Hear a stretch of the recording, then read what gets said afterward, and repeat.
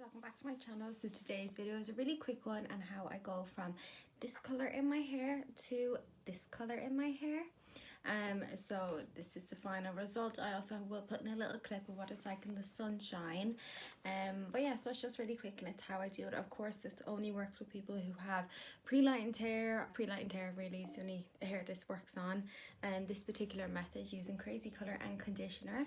I also mix it with the conditioner so that I'm not using too much crazy color at the one go, and so it's not as intense, and it also washes out of my hair a lot faster when you do it like that. So when you apply crazy color to your hair, it gets stuck in the cuticles, but the conditioner acts as a slight barrier, and it can still get stuck, of course, and that's why as my hair fades out, it fades to like an orangey rose gold kind of color. But yeah, so check out this video, let me know what you think, check out all my other social medias, and please like, comment and subscribe, and enjoy the video. Now let's get into it.